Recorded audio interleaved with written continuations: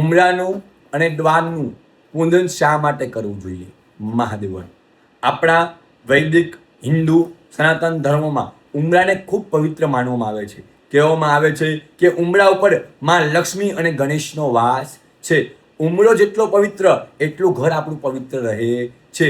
એટલા માટે આપણા શાસ્ત્રમાં કહ્યું છે રોજ સવારે ઊભા થઈ પહેલા ઉમરાને સાફ કરવો જોઈએ, પવિત્ર કરવો જોઈએ. ત્યારબાદ એના ઉપર સ્વસ્તિક, શુભ અને લાભ જેવું લખાણ કરી ઉમરાનું પૂજન કરવું જોઈએ. ઉમરાનું પૂજન કરવાથી ઘરમાં સુખ, શાંતિ, સમૃદ્ધિ અને ઐશ્વર્યમાં વધારો થાય છે.